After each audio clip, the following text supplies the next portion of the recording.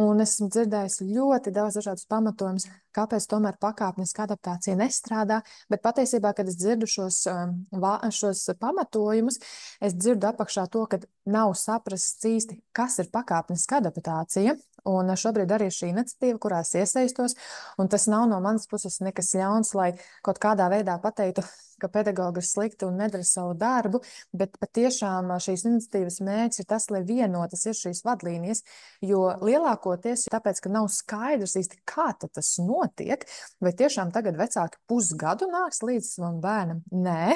uzreiz var teikt, pakāpeniska adaptācija ir tieši tas, kas patiesībā šo laiku vēl saīsina,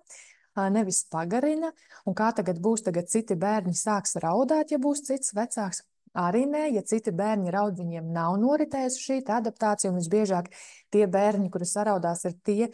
kuri ir ātri atstāti, vai kuriem vispārībā vecāks nav necik bijis līdzi.